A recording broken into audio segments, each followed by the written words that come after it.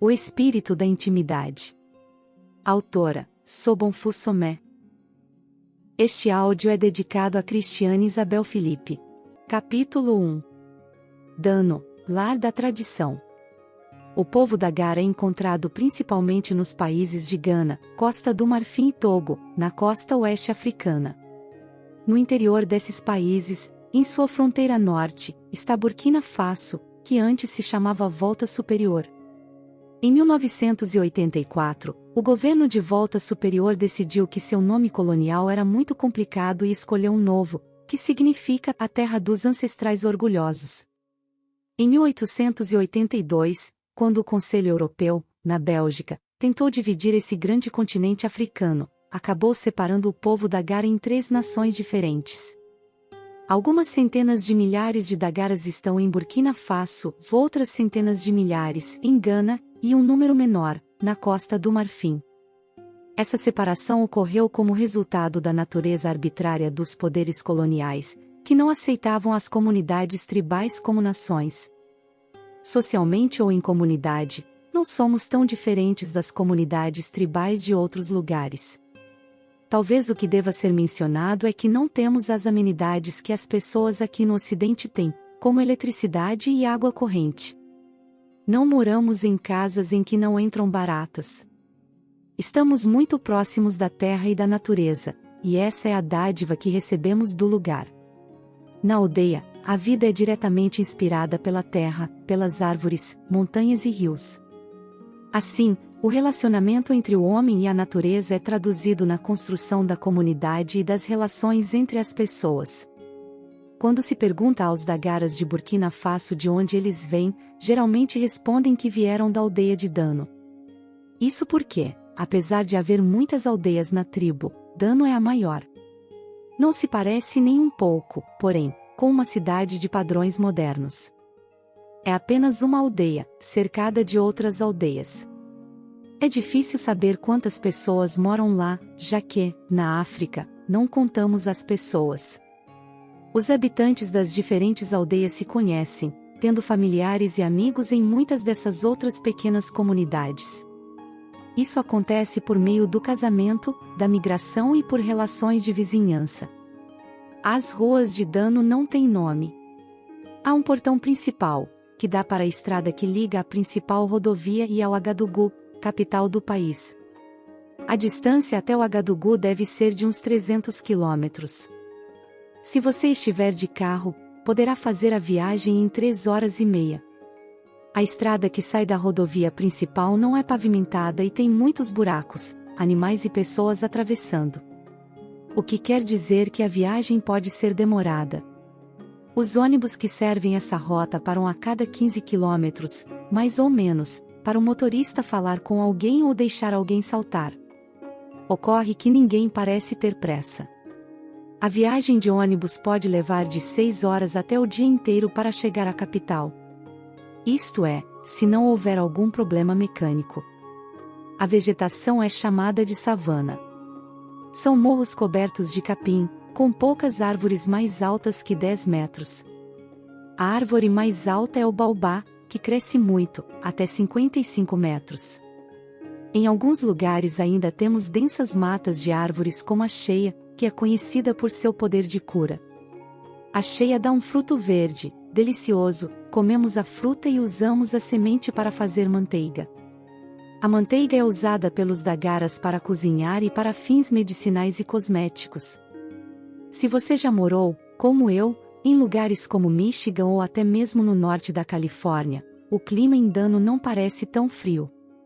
Mas, quando morava lá, eu achava muito frio contra a barra depois de ter morado em um local onde a temperatura pode cair abaixo de 0, 20 graus parece bem quente. Apesar de Burkina Faso ter 3 rios relativamente grandes, na área de Dano há apenas córregos sazonais e lagos. Essas são as nossas fontes de água potável. Durante a seca, cavamos poços. A estação seca começa em novembro e vai até meados de junho ou julho.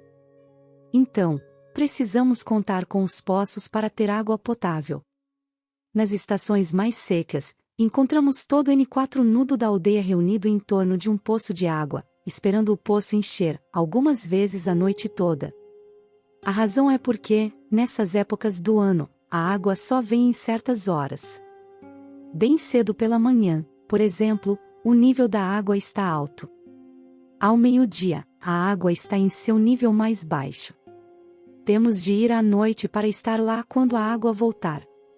Famílias com crianças são servidas primeiro, bem como as mulheres grávidas e idosos. Depois disso, os demais se servem. Então, mesmo que se tenha esperado a noite inteira, se uma família com criança chegar, será servida primeiro. Nossa economia pode ser chamada de agrária ou de subsistência, produzimos o alimento que precisamos para viver. Não exportamos, apesar de, recentemente, o governo ter tentado nos estimular a isso. Para nós, esse é um conceito estranho, que ainda temos de aprender, porque plantamos a quantidade exata que precisamos e nada mais. Nossa principal forma de negociação é a de troca, embora também usemos conchas cauri como moeda, que, além disso, servem para adivinhação e cura. Essas pequenas conchas brancas foram trazidas de Gana pelo povo da Gara, há muito tempo, quando a tribo morava mais perto do mar. As conchas cauri são usadas como ouro. Os países de língua francesa na África Ocidental, como Burkina Faso, Costa do Marfim, Senegal, etc., também usam um tipo de dinheiro chamado CFA. Para ganhar esse dinheiro, é necessário vender coisas. Se a pessoa não tiver nada para vender, então tem de viver sem o CFA, e usar o antigo método de troca. Os dois sistemas de negociação existem lado a lado. Plantamos muitas coisas, por exemplo, existem 3 tipos diferentes de painço. Um deles é chamado de sorgo, no Ocidente. Temos sorgo vermelho e branco, e um outro tipo que é chamado zie, em da Gara. Temos feijões vermelhos, feijão fradinho, amendoim e grandes carás africanos, não os que encontramos na América do Norte, mas carás de até 1 metro, que pesam de io a 15 quilos. E temos 2 tipos diferentes de batata doce. Também criamos animais, galinha, porco, galinha de Angola, cabrito e cordeiro. Criamos os animais não só para comer, mas para trocar. Por exemplo, se eu tiver uma cabra e precisar de sorgo, posso trocar o animal por uma boa quantidade do grão. Caçamos animais selvagens. Atualmente, porém, a caça é feita sobretudo em rituais, como iniciações. Não é mais como antes, quando toda a tribo tirava 1 ou 2 meses para caçar e voltava para casa com carne para sobreviver durante um ano. Essa mudança vem se verificando nos últimos 10 anos, mais ou menos, por causa de restrições políticas. O motivo principal é que o governo está tentando tomar a terra. Até 1980, a terra sempre havia sido do povo. Todavia, as pessoas não a consideravam sua. Elas viam a terra como se esta fosse espírito, como algo emprestado. Agora que o governo está regulamentando a terra, as pessoas têm de pagar impostos sobre ela. Durante os tempos coloniais, muitas coisas mudaram na vida dos dagaras. No entanto, questões como estrutura familiar e liderança continuam quase iguais. Os jovens que saem para cursar escolas nas cidades ficam completamente transformados, eles veem as coisas de forma totalmente diferente. A maior parte das aldeias que conheço, no entanto, ainda tem os mesmos costumes, com uma forma de liderança quase medieval. Não há um chefe responsável por tudo, que dá ordens para todos seguirem. Ainda temos um sistema no qual os mais velhos supervisionam a aldeia, sem a intenção de adquirir riqueza ou poder. Entenda que, na aldeia, o poder é visto como algo muito perigoso, se não for usado corretamente. Portanto, todo mundo toma muito cuidado com o uso de qualquer tipo de poder sobre os outros. O povo tribal está sofrendo uma tremenda pressão cultural, por causa do êxodo dos jovens para as cidades e a decorrente exposição desses jovens à mídia de massa. Lenta, mas certamente, estamos vendo, com tristeza, uma redução gradual da população da aldeia e a importação de todas essas novas ideias relativas ao romance e à privacidade. É o que acontece quando os jovens vão para a cidade. Na África, pelo menos nas aldeias dagaras, As construções servem principalmente para dormir, para rituais e para armazenar alimentos. A vida da aldeia, de fato, dá-se do lado de fora. Não temos um lugar especial para trocar fraldas, por exemplo. Tudo acontece ao ar livre. Tomamos banho no rio e nos vestimos ao ar livre. O banheiro é ao ar livre, são usadas folhas de uma árvore próxima. Um choque cultural para os que desprezam o jeito antigo. Na vida tribal, a pessoa é forçada a diminuir de ritmo, a vivenciar o momento e comungar com a terra e a natureza. Paciência é essencial. Ninguém na aldeia parece compreender o sentido da pressa. Na aldeia, existem aqueles que chamamos anciãos, são eles que tomam as decisões do povoado. Quando há uma situação urgente, os anciãos se reúnem e tentam decidir o que precisa ser feito. Não temos polícia ou algo parecido. Para questões de justiça, contamos principalmente com o espírito e com os anciãos. Um conselho de 10 anciãos gerencia os rituais e outros assuntos da aldeia. É uma espécie de comitê, dentro do grupo maior de anciãos. É preciso dizer que os anciãos não se sentem atraídos em participar desse conselho, porque envolve muito trabalho.